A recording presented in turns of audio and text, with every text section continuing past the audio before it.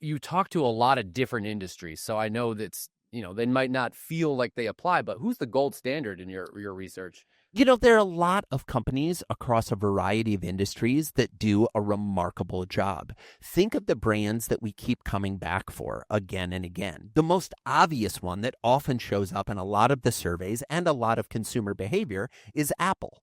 Right? As a general rule, Apple announces, we have iPhone 372. And people are like, yeah, I want to upgrade. I want to get the next one.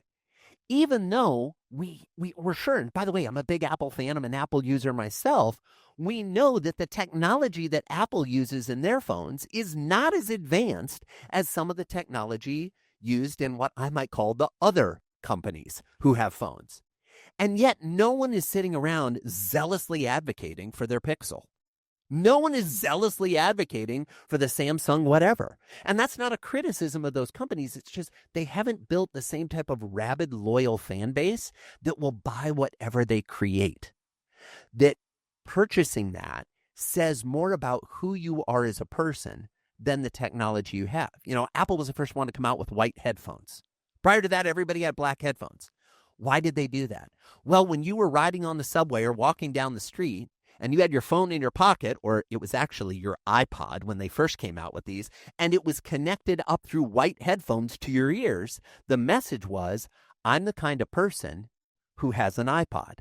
I'm the kind of person who can afford that, who is committed to that level of aesthetic, who believes that music needs to be an active part of their life.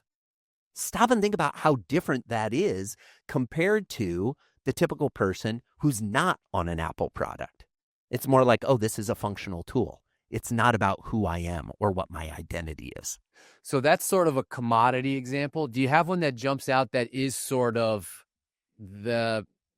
there's not a tangible product. It's a service that they're providing where that service is, that's what you need to copy and paste as a financial advisor or a small business owner? Well, here's the thing. So 2 thoughts. Number 1, I have an example. I would caution folks as to thinking we should copy and paste. And here's why. If we copy and paste, we're taking something that works for that brand and automatically assuming that the exact way that they do it works for us. So the equivalent of my Apple example would be, oh, I know what we need to do. We need to have, white headphones for all of our Zoom calls. And we're like, wait a minute, this has nothing to do with headphones. What are you even talking about? We'll ship headphones to all of our clients.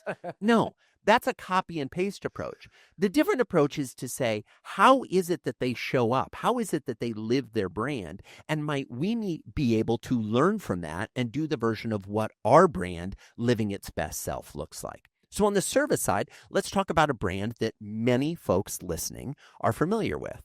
Either the Ritz-Carlton or the Four Seasons, high-end hotels, right? The interesting thing about the Ritz-Carlton is their whole model is we are ladies and gentlemen serving ladies and gentlemen.